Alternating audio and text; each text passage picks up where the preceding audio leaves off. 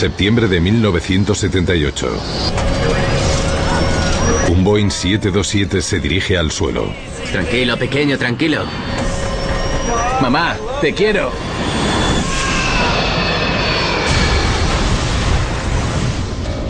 San Diego se convierte en el lugar donde se producen más desastres en la historia de Estados Unidos.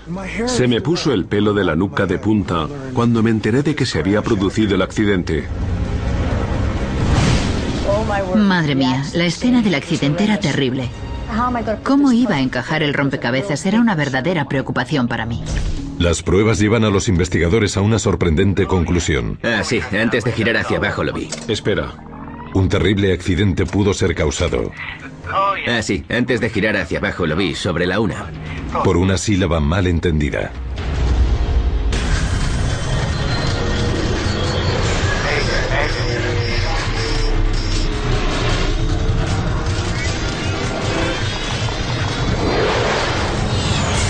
Mayday, catástrofes aéreas. Esta es una historia real, está basada en declaraciones oficiales y testimonios de testigos. Escondido a la vista de todos. El vuelo 182 de Pacific Southwest está realizando un recorrido vespertino por la costa de California, desde Sacramento a San Diego.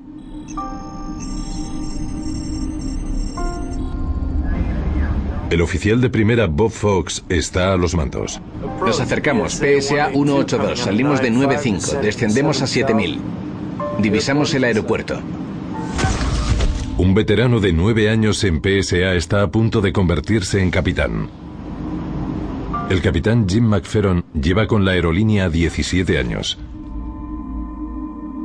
Conocido como piloto nato, está muy bien considerado por sus compañeros. Es el segundo vuelo del día para ambos. PSA 182 está despejado. Aproximación visual, pasarela 27. Gracias. Despejado. Aproximación visual 27. Entre los 128 pasajeros hay 30 empleados de Pacific Southwest. Muchos vuelven a la base de la empresa en San Diego. PSA fue una excelente aerolínea. Tenían récord de mantenimiento, un buen récord de seguridad. Eran reconocidos en el sector como, vaya, estos chicos son buenos. Los pilotos llevan cuidado al llegar a San Diego. Lindbergh Airfield es el aeropuerto de pasarela única más ajetreado de América del Norte. El aeropuerto Lindbergh de San Diego es un lugar desafiante para aterrizar por su proximidad al centro y también por algunas obstrucciones a su alrededor. Es un terreno de bajada muy drástica. Los pilotos lo hacen continuamente y a algunos no les gusta hablar de ello, pero asusta un poco. Siempre preocupaba que, vaya, algún día podría haber un accidente importante.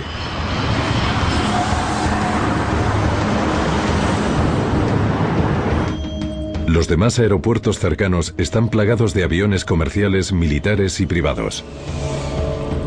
El espacio aéreo que rodea San Diego International es bastante ajetreado por los 600 vuelos diarios que entran y salen. Así que hay aviones despegando y aterrizando constantemente. El vuelo 182 tendrá que abrirse camino entre todo este tráfico mientras sobrevuela la ciudad, preparándose para aterrizar en la pasarela 27. Martin Wayne está en la consola de control.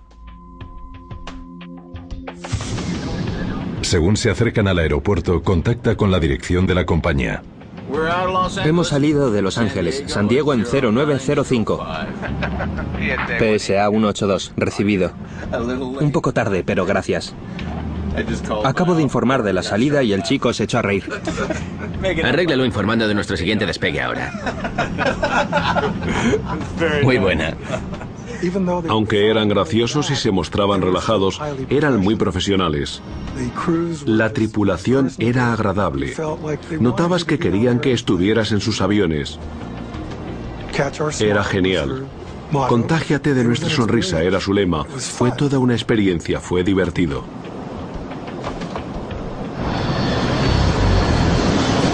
La llegada del vuelo 182 a Lindbergh está siendo controlada por un controlador de aproximación desde una instalación a 15 kilómetros al norte del aeropuerto. Las instalaciones de control de aproximación están bastante saturadas y es estresante porque te encargas de muchos aviones en el mismo espacio aéreo. Cuando el controlador ve un Cessna volando delante del vuelo 182, se asegura de que pueden verlo. PSA 182. Hay tráfico a las 12. A 3 millas. 1000. 700. Recibido. Tráfico a la vista. Fueron informados del tráfico. Confirmaron que vieron tráfico. Vale, señor. Mantenga distancia visual. Contacto con la torre Lindbergh 133,3. Que tenga un buen día. Muy bien. La separación visual significa que el piloto tiene otra nave a la vista y la reconoce. Recibido. Una vez que la aproximación visual es aceptada por el piloto, él es el responsable de mantener la separación de dicho tráfico. Es como si pasaran dos barcos. Es como la responsabilidad de controlar un barco para mantener la separación visualmente. Según se acerca al aeropuerto, el vuelo 182 se va a la izquierda, de modo que vuela en paralelo a la pasarela, listo para girar y aterrizar en cuanto le den permiso. Lo definiría como una rutina maravillosa. No había nada fuera de lo ordinario en este vuelo. Con el avión ahora a menos de 8 kilómetros de la pasarela, un controlador en la torre del aeropuerto interviene para guiar al avión en el aterrizaje. Lindbergh, PSA 182, vamos bajando. 182. Recibido. Dentro de la zona de tráfico del aeropuerto, que es un radio de 5 millas, los aviones entran en el aeropuerto para aterrizar y despegar y son controlados por este controlador. El controlador de la torre está controlando varios aviones a la vez, además del PSA 727.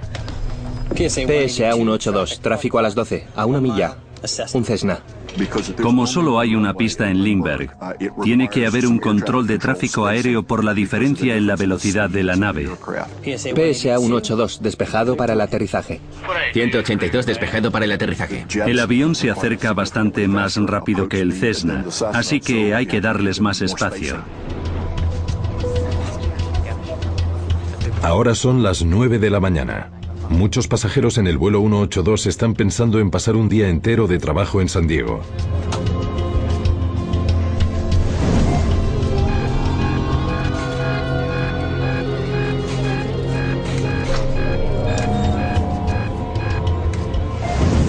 A unos minutos del aterrizaje, el piloto Bob Fox ve un avión en la distancia. Hay uno debajo. Estaba mirando ese vuelo entrante de ahí.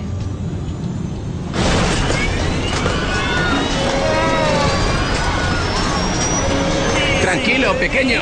Tranquilo. Un fotógrafo profesional divisa al vuelo 182 en llamas. ¿Qué tenemos aquí? Algo malo. ¿Eh? Nos han dado, nos han dado. Torre, vamos para abajo. PSA. Vale, llamamos nosotros al equipo.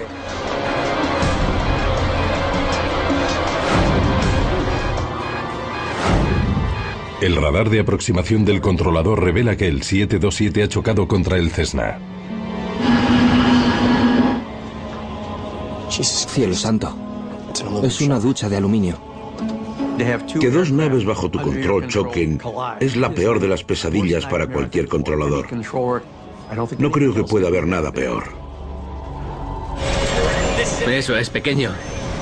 Agárrense. Mamá, te quiero.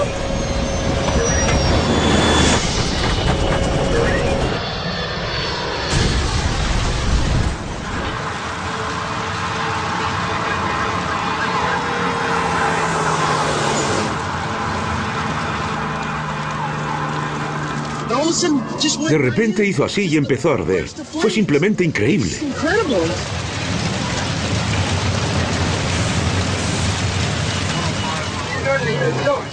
Está ardiendo, no podemos hacer nada. Venga, vamos. Se me puso el pelo de la nuca de punta cuando me enteré de que había ocurrido ese accidente. Esta enorme nube de humo y fuego fue vista por miles de personas.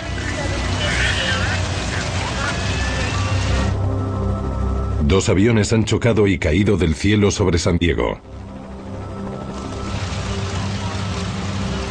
La ciudad está impactada. Pero el alcance de la tragedia no ha hecho más que empezar a salir a la luz.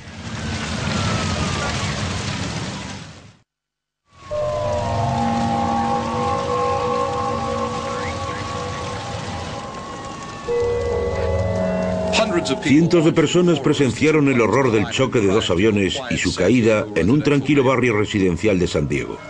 Es el mayor desastre que ha ocurrido en el condado de San Diego. Un testigo dijo que vio cómo los cadáveres que caían se estrellaron contra un coche. 2 cuerpos salieron del PSA. Uno le dio al parabrisas, mató a la madre. El otro le dio de lado y mató al bebé de 4 meses. Los agentes de policía cubrieron los cuerpos y eso es todo lo que pudieron hacer. Se teme que todo el mundo a bordo de los 2 aviones muriera. El avión PSA aterrizó en las calles Dwight y Nile. El Cessna aterrizó a unas 6 manzanas delante de una casa, cerca de la 32 y Polk.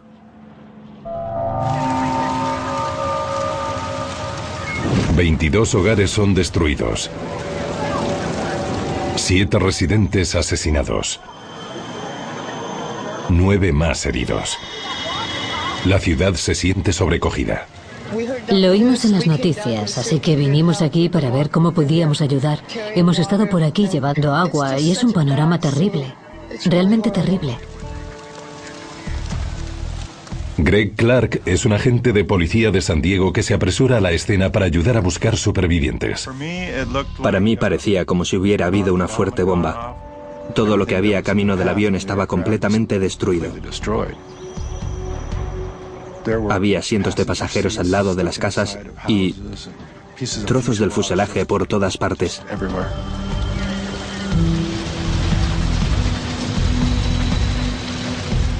No encontré a nadie que estuviera de una pieza. 2 horas después del accidente, la investigadora del NTSB, Wally Funk, llega de Los Ángeles. Como era la investigadora jefe en ese día en particular, recibí la llamada del agente de FAA y me informó de que había habido una colisión aérea en San Diego. Madre mía, la escena del accidente era terrible. Primero la policía de San Diego me acompañó y me presentó al jefe de bomberos porque tenían controlados todos los restos. ¿Algún superviviente? Era escalofriante darse cuenta de que no había supervivientes. El personal médico se sentía frustrado porque todos se dieron cuenta de que no había nada que pudieran hacer. 144 personas muertas, incluidas 7 en tierra. Es el mayor desastre de una aerolínea en la historia estadounidense. Era algo que no esperábamos ni por asomo. Había tantos trozos desperdigados, no solo del avión, sino de casas. Empecé a fotografiar y a tomar notas. Mi gran preocupación era cómo iba a encajar el rompecabezas. Funk necesita confirmar que los restos del pequeño avión encontrado a 6 manzanas es en realidad lo que chocó con el 727. No hay duda de ello. Teníamos marcas de pintura. Teníamos piezas de las 2 aeronaves. Sí, sin duda fue un choque en el aire. No hay duda de ello. Pero queda pendiente una pregunta mucho más importante. ¿Cómo pudo ocurrir un accidente así? Tuvimos que visualizar por cada trozo de metal roto dónde colisionaron. Me sentí obligada a traer los restos del Cessna a los restos del avión principal. Poned eso por ahí, por favor. Para poder entender lo que pasó realmente. Finalmente, los restos de los 2 aviones son enviados a un hangar para reconstruirlos. Es un gran rompecabezas. Tienes que probar cada pieza intentando encajarla. Funk reúne tantos testimonios como puede mientras sigan teniendo los recuerdos frescos. Pero en todas las investigaciones veo que los niños hasta 17 o 18 años son mis mejores testigos porque los jóvenes me dan una interpretación muy buena de lo que vieron. No de lo que piensan que oyeron, o de lo que piensan que vieron. Hubo bastantes personas que describieron lo que vieron como algo que cayó del cielo. ¿Me puedes decir lo que viste cuando miraste arriba? Pero todas las entrevistas resultan decepcionantes. Entonces, ¿no viste la colisión en sí? No teníamos a nadie que viera realmente cómo ocurrió todo, solo que lo vieran tras el choque. Lo más parecido a haber visto la colisión fueron las imágenes de un equipo de televisión de un Cessna desplomándose contra el suelo. La NTSB manda a más personal de Washington, incluido el experimentado investigador Philip Hogue. Vamos a ir directos al grano, ¿vale? Sé que habéis investigado mucho y que os habéis centrado principalmente en el avión más grande. Fue genial verlos cuando por fin llegaron. El apoyo técnico fue increíble. Dividimos las tareas. Bueno, yo me encargaré del Cessna. Con la necesidad de saber más sobre el avión más pequeño, revisan sus archivos del día. El Cessna pertenecía a una escuela de prácticas de vuelo. Un alumno piloto estaba dando una clase. Teníamos a un instructor de vuelo sentado a la derecha y a un alumno piloto aprendiendo a controlar los mandos. Los investigadores descubrieron que el alumno se acercó a la pista 9 2 veces para practicar el aterrizaje, usando solo sus mandos. Los pilotos instrumentales necesitan más práctica para acercarse a las pistas en comparación con los aterrizajes. Los medios locales llegaron a una conclusión. Había mucha gente que pensaba que el choque tuvo que ser culpa de ese Cessna porque tenía un piloto estudiante. Puede que exista la predisposición a pensar por parte del público en general y los medios que los aviones de aerolíneas deberían tener prioridad para entrar y salir de los aeropuertos, y no es así como funciona. El primero que llega es el primero al que se atiende. Sin embargo, con un avión en una ruta de planeación asignada entrando en un aeropuerto importante, la gente quería saber qué hacía ese pequeño avión en medio de su camino. Con suerte, las cajas negras recuperadas de la zona del impacto ayudarán a responder a esta pregunta. Una estaba delante, era la grabadora, y la otra en la escalera de popa, que era la grabadora de mandos. Volaron a Washington, D.C., averiguar lo que se dijo en la cabina, y lo que dijeron los mandos requiere mucho tiempo. Mientras, los investigadores entrevistan al primero de los dos controladores que estaban guiando a los aviones. ¿Nos puedes enseñar la ruta de los dos aviones? El controlador de aproximación recuerda las rutas planeadas de los dos aviones, pero no puede asegurar qué ruta siguieron en realidad porque el radar de aproximación no quedó registrado. Entonces el 727 volaba al este para girar y aterrizar en la pasarela 27, y el Cessna volaba al noreste, pero a millas por delante del 727. Seguramente volviera a casa tras hacer contacto y seguir por la pasarela 9. Deberían llevar una distancia de 1 milla. Como había estado en Lindbergh varias veces de piloto, se me ocurrió mirar si estaba en la dirección y altitud correcta. Conocer las rutas de vuelo exactas requiere cálculos complejos que incluyen información de una estación de tráfico aérea en Los Ángeles. Mientras, una transcripción de la conversación del controlador con ambos aviones revela que los pilotos eran conscientes de la posición del otro. Entonces, la tripulación del PSA informó de que vio al Cessna cuando seguían a 3 millas de distancia. Los aviones estaban en algún lugar.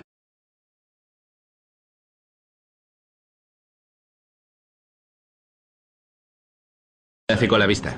El piloto del Cessna también era consciente de que el 727 estaba tras ellos. Tráfico a las 6 a 2 millas al este. Un avión PSA entrando en Lindbergh fuera de los 3200. ¿Lo estás viendo? Los investigadores quieren saber que si los pilotos de ambos aviones sabían del otro, ¿por qué chocaron? El nuevo equipo de radar instalado tan solo un mes antes estaba diseñado para evitar exactamente este tipo de incidente. El sistema de alerta de colisión fue sustituido para evitar colisiones, para alertar a los controladores del hecho de que iba a producirse una colisión inminente entre dos aeronaves. ¿No recibieron ningún aviso? Sí. Lo ignoramos. Explíquese. Bueno, cuando sonó la alerta, se lo mencioné a mi supervisor.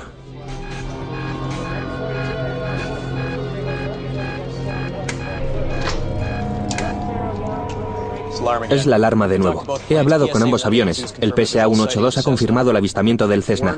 No debemos contactar con los pilotos si se rigen por las reglas visuales, por no mencionar que tenemos unas 13 alertas al día, así que...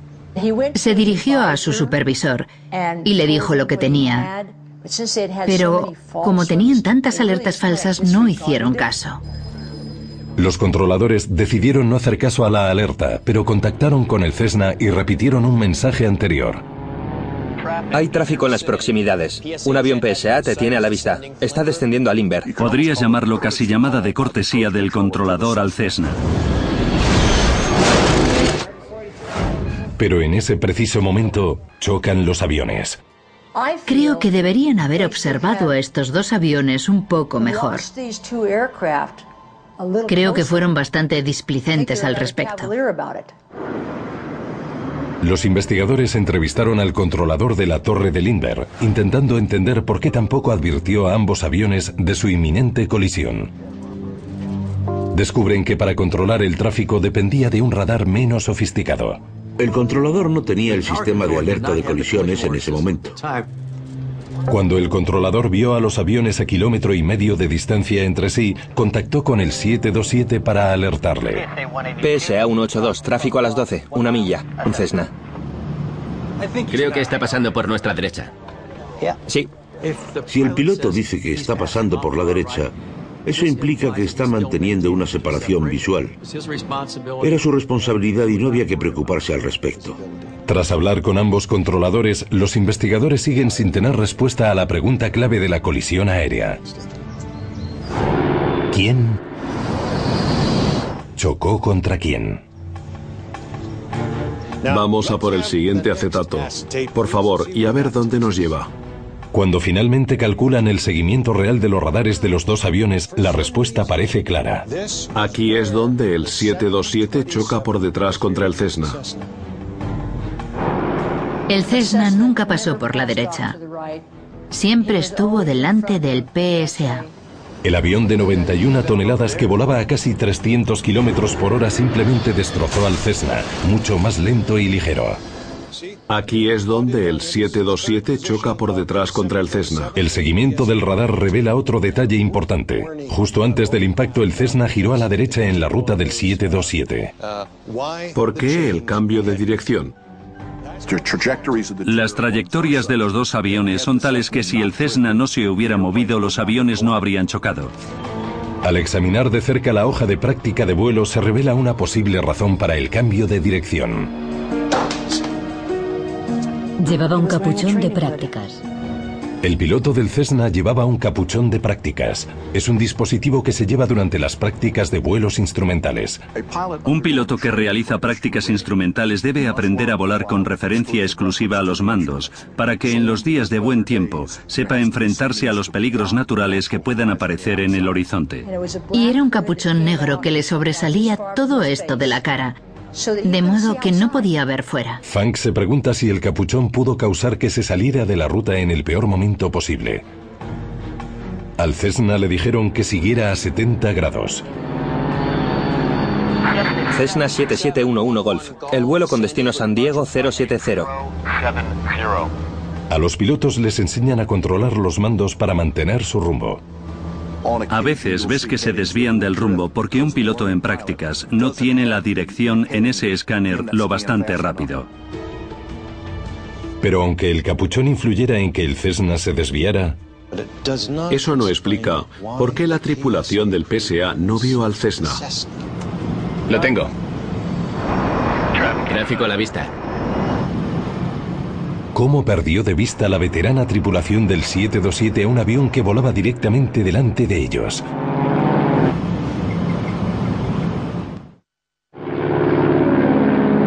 Los investigadores ahora ven que puede que nunca averigüen por qué el piloto del Cessna cambió de dirección, entrando en la misma ruta del 727. ¿Por qué el piloto del Cessna no se quedó en su dirección asignada? No puedo responder a esa pregunta. Pero es importante saber que esa desviación no fue tan fuerte como para hacer que el controlador aéreo se percatara y dijera cuidado con la dirección. Así que claramente girando de acuerdo con el radar, pero el significado es mucho más cuestionable. Lo que no era cuestionable es que era responsabilidad de la tripulación del 727 evitar al Cessna. La tripulación del PSA reconoce que tiene al Cessna a la vista y desde ese momento se hacen responsables de mantener la distancia con el avión. En Washington, los investigadores revisan los últimos momentos de la tripulación del PSA en la grabadora recuperada en la cabina. Vale, dale. ¿Nos hemos librado del Cessna? Se supone. Supongo. Espero. Sí. Espera, rebobina. Philip Hogue se centra en la conversación grabada 35 segundos antes de la colisión. ¿Nos hemos librado del Cessna? Se supone. Supongo. Espero. Sí. Antes de ir hacia abajo lo vi sobre la 1. Seguramente esté detrás de nosotros. La tripulación del PSA no solo no ve el Cessna, sino que asume que lo han pasado. Estuvo justo delante de ellos todo el tiempo. El 727, cuando vuela a nivel de vuelo, va ligeramente con el morro para arriba, de modo que cuando los pilotos miran fuera, están mirando por encima del morro del avión. ¿Estaba el morro del avión hacia arriba y no vieron el Cessna? Puede que no se dieran cuenta de que el Cessna estaba tan cerca. El NTSB lleva a estudio determinar cuánto tiempo la tripulación del PSA pudo ver al Cessna por el parabrisas. Bienvenido a bordo. Ahora usas el punto de referencia para ajustar el asiento. Empiezan ajustando los asientos de los pilotos para una visión óptima usando un dispositivo llamado punto de referencia de visión. Los fabricantes diseñaron un sistema muy simple pero muy efectivo, en el que se alinean pequeñas bolas en el poste central del parabrisas para situar el ojo en la misma posición cada vez. Si puedes, mide desde la línea de mi ojo a la bola blanca del medio. Vale. Ahora de la bola al suelo, por favor.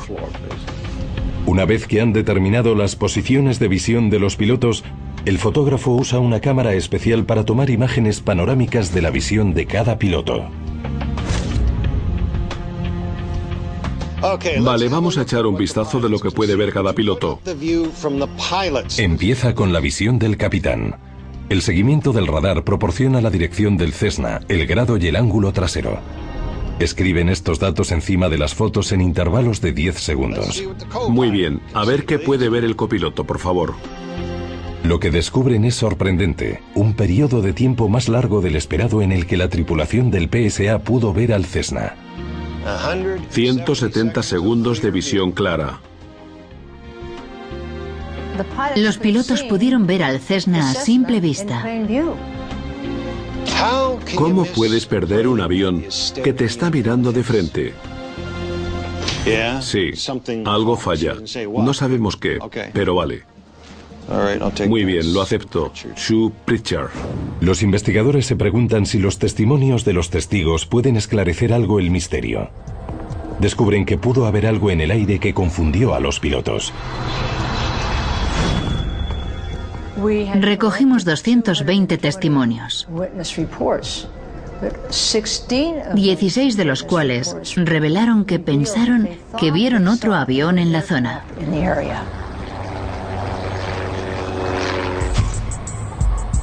Los controladores de tráfico aéreo no recuerdan un tercer avión volando cerca, pero muchos aviones pequeños no llevan transpondedor, el dispositivo necesario para identificarlo. No tenían transpondedor. El tercer avión puede que no fuera visible para el radar en las instalaciones de San Diego. Los investigadores estudian los registros de la cabina más de cerca, en busca de pistas de un tercer avión. Sí, antes de que giráramos hacia abajo lo vi sobre la 1, seguramente detrás de nosotros. 35 segundos antes del impacto, la tripulación asumió que el Cessna estaba sin riesgo alguno fuera de su camino. Pero la referencia de la 1 del capitán resulta extraña. Las rutas de vuelo de ambos aviones muestran que el Cessna nunca estuvo en esa posición. El Cessna estaba a las 11. Así que, ¿qué avión estaban mirando? El hecho de que estuviera a la 1 en vez de a las 11 indica que existe la posibilidad de que divisaran otro avión. Puede que estuviera a cierta distancia, pero divisaron otro avión. Entonces, encuentran otra pista sobre un posible tercer avión. Hay uno debajo. Estaba mirando ese avión entrante de ahí. El avión que ve está entrando. Eso significa que va en la dirección contraria en la que impactó con el Cessna. Da opción y añade credibilidad a la posibilidad de que vieran un avión diferente. ¿Pero qué avión exactamente? Puede que nunca se sepa tras valorar los 16 avistamientos de otra nave. El equipo llegó a la conclusión de que 16 testigos no pudieron poner un avión en esa zona particular en un momento en concreto. Los investigadores están estancados. Su estudio de visibilidad les indica que el Cessna fue visible técnicamente durante 170 segundos, casi 3 minutos enteros. Así que, ¿por qué la tripulación del 727 lo perdió de vista? Vuelven al registro de la cabina. 3 millas al norte, dirección noroeste. El Cessna 172 a VFR. Vale, para la cinta. 1400. 135 segundos para el impacto. Aquí es cuando el controlador menciona al Cessna por primera vez. Vale, pon la cinta de nuevo. PSA 182. 2 minutos antes de la colisión, la tripulación escucha la descripción de la posición del Cessna, pero no lo han visto aún. La silueta del Cessna habría sido difícil, ya que estaba aproximadamente a la misma altitud. Van en la misma dirección, así que una de las cosas que recoge el ojo humano es el movimiento y una gran parte del tiempo. Esto no se mueve en el salpicadero. Operaciones de San Diego. Somos el número 2 porque nos esforzamos más. El Cessna estuvo visible casi 80 segundos por esa ventana, pero la tripulación no logró verlo. A 90 segundos de impactar, reciben otro aviso. Y tras leer y ver lo que CVR dijo, noté que estaban distraídos con la conversación. Pon la cinta. PSA 182. Hay tráfico a las 12. 3 millas fuera. 1700. Lo tengo. Tráfico a la vista. Para la cinta. 85 segundos antes del impacto, los pilotos del 727 divisan al Cessna volando por delante de ellos. La tripulación recibe entonces instrucciones de usar las normas de visualización de vuelo y contactar con la Torre Lindbergh. Vale, señor. Mantenga separación visual. Contacte con la Torre Lindbergh. 133,3. Que tenga un buen día. Vale. Lo vieron durante un segundo y luego no lo vieron durante otro segundo. ¿La conversación era tal que miraron a otro lado y lo perdieron? La tripulación puede que no viera al Cessna mientras llevaba a cabo otras tareas. El capitán contacta con el controlador de la torre y se prepara para el aterrizaje. Lindbergh, PSA 182 descendiendo. Las alas se tienen que configurar con los slats y flaps adecuados.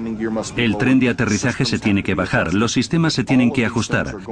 Todas estas cosas están pasando y es algo muy complicado para 3 personas en un 727.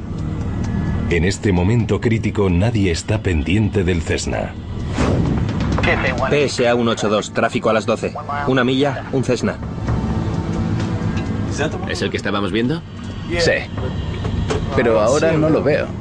El Cessna debería estar justo aquí, delante de ellos. El Cessna estaba visible al nivel del parabrisas del PSA. Y es realmente increíble que de algún modo lo perdieran de vista.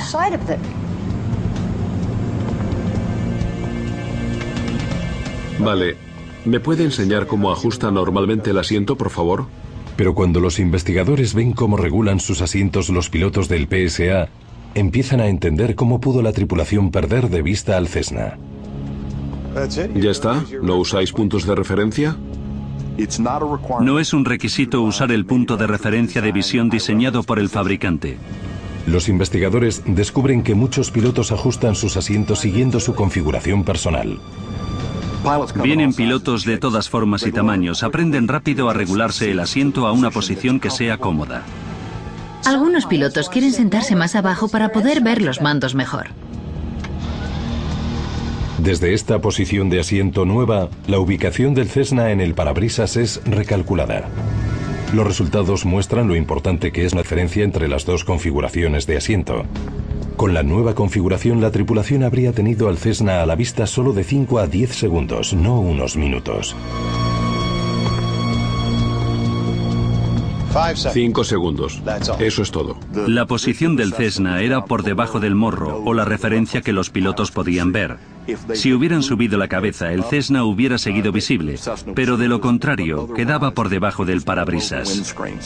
Vale, vamos a jugar a encontrar al Cessna. Pero incluso asumiendo que la tripulación se inclinara hacia adelante, los investigadores ahora ven que se enfrentaron a otros problemas para ver al Cessna. Está casi camuflado. Cada vez son más difíciles de ver y el terreno hace que lo sea aún más, porque hay techos blancos, hay techos negros, hay carreteras, hay lagos, hay árboles, así que el fondo cambia y el avión se mueve por todo ese fondo. ¿Es el que estábamos mirando? Sí, pero ya no lo veo. El Cessna ahora vuela demasiado cerca del 727 para ser visto sin inclinarse hacia adelante y está contra un fondo que hace que cueste reconocerlo. PSA 182, listo para aterrizar. Genial, 182 listo para aterrizar. La colisión ahora es inminente y los 6 hombres involucrados en evitarla son totalmente ajenos a ello. El piloto del Cessna no ve por la ventana. Su profesor no ha avisado que el avión va fuera de ruta. La tripulación del 727 tiene al Cessna en un punto ciego, pero ambos controladores asumen que la tripulación puede ver al Cessna y que lo evitarán. Solo hay una cosa que puede evitar que ocurra este accidente y 144 vidas dependen de ello. El capitán del PSA debería haber comentado a la torre: ya no lo veo. El capitán McFerron habla con la torre sobre el Cessna, pero un malentendido por una única palabra resultará ser letal. Los dos aviones están a 70 segundos de la colisión sobre San Diego.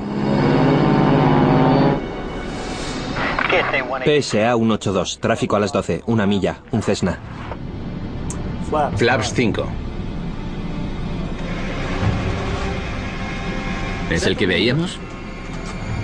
Sí, pero ya no lo veo. El destino del vuelo 182 ahora depende de que el capitán comunique claramente esto a la torre. Vale, lo teníamos ahí hace un minuto. Pero el capitán no lo tiene claro. 182, recibido. Y el controlador asume que el Cessna sigue a la vista. Cuando la tripulación del PSA perdió contacto visual, son responsables de decirle al controlador aéreo que ya no ven el Cessna. Aún sin saber la ubicación del Cessna, el capitán intenta explicar de nuevo su situación a la torre. Creo que ha pasado por la derecha. El comentario que hace el capitán indica que no están seguros, que no lo tienen a la vista en ese momento. El controlador pudo obligar al PSA o al Cessna a cambiar de rumbo, pero no hizo nada. Es muy difícil determinar qué significó ese intercambio entre el controlador aéreo y el PSA para cada uno de los pilotos. El capitán hizo el comentario. Creo que ha pasado por la derecha. Indica que no están seguros al 100%, pero que el controlador lo escuchó como una afirmación declarativa y contestó: sí. ¿Qué significaría eso para la tripulación del PSA? No creo que alguna vez lo sepamos. Estaba justo aquí hace un minuto. Sí. Pero estaban lo bastante satisfechos con la situación como para continuar acercándose, y el controlador aéreo se quedó lo bastante satisfecho con la situación como para no hacer más comentarios al respecto. Vale, lo tenemos. Los investigadores quieren saber por qué el controlador no hizo nada. Comparan las dos grabaciones por separado de la conversación entre el capitán y el controlador. Vale, Chris, vamos a oír la cabina primero. Creo que ha pasado por la derecha. Ha pasado. Antes me pareció entender pasando. Compruébalo, por favor. Creo que ha pasado por la derecha. Sigue diciendo que ha pasado. Vamos a compararlo con la torre porque creo que lo que oí fue pasando. Hacen un sorprendente descubrimiento. Creo que está pasando por la derecha. Pasando. Llevaba razón. Parece que dice pasando. Debido al ruido de la radio, el controlador entendió que estaba pasando, no que hubiera pasado. Esa diferencia podría haber cambiado el destino del vuelo 182. Pasando. Una gran diferencia. Las grabaciones revelan que mientras el piloto del PSA 182 dijo una cosa, el controlador de la torre de Lindbergh escuchó otra. Creo que está pasando por la derecha. Sí. Ahora los investigadores entienden por qué el controlador no hizo nada. Si hubiera oído que había pasado por la derecha, habría visto desde su radar que el piloto se había equivocado y que el 727 no había pasado al Cessna. El controlador aéreo escuchó que estaba pasando por la derecha. Eso indicaba que seguían teniendo contacto visual. Creía que el piloto sería capaz de mantener la separación. Era su responsabilidad y no tenía que preocuparse. En la primavera de 1979, los investigadores finalmente concluyen de quién es la culpa. La determinación del informe del Consejo deja muy claro que la tripulación, obviamente, no vio al avión, al Cessna, a tiempo para desviarse de un accidente catastrófico. La tripulación del PSA, cuando perdió el contacto visual, es responsable de decirle al controlador aéreo que ya no veían al Cessna y no lo hicieron. El piloto del Cessna también se menciona como un factor por cambiar de rumbo sin notificar a la torre. Ambos controladores son criticados por no seguir el protocolo y darle a la tripulación del 727 la dirección específica del Cessna.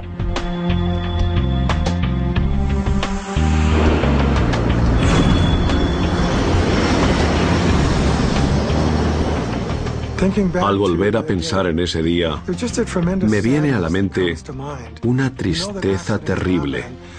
Los accidentes pasan, pero este fue un accidente que se pudo evitar y no fue así.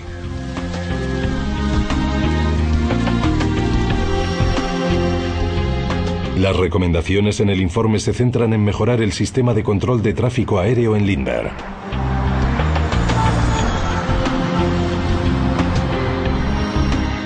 Cambiaron los procedimientos tras esto.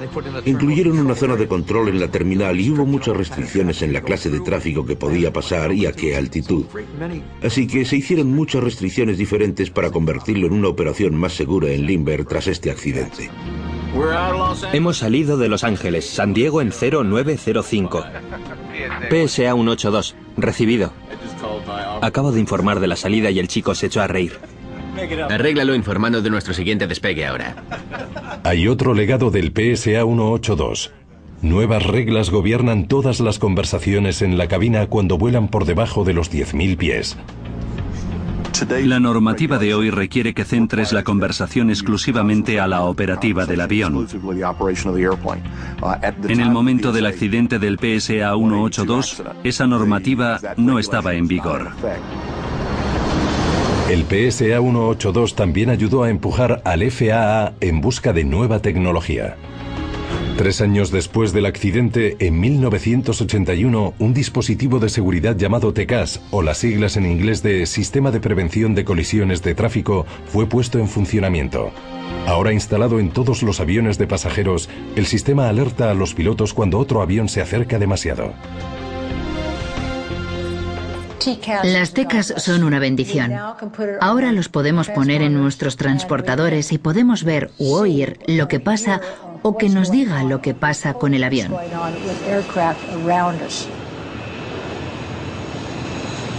Hemos hecho grandes avances para hacer que la aviación sea más segura para los viajeros y que se sientan tranquilos de que su avión va a ir donde quieren que vaya.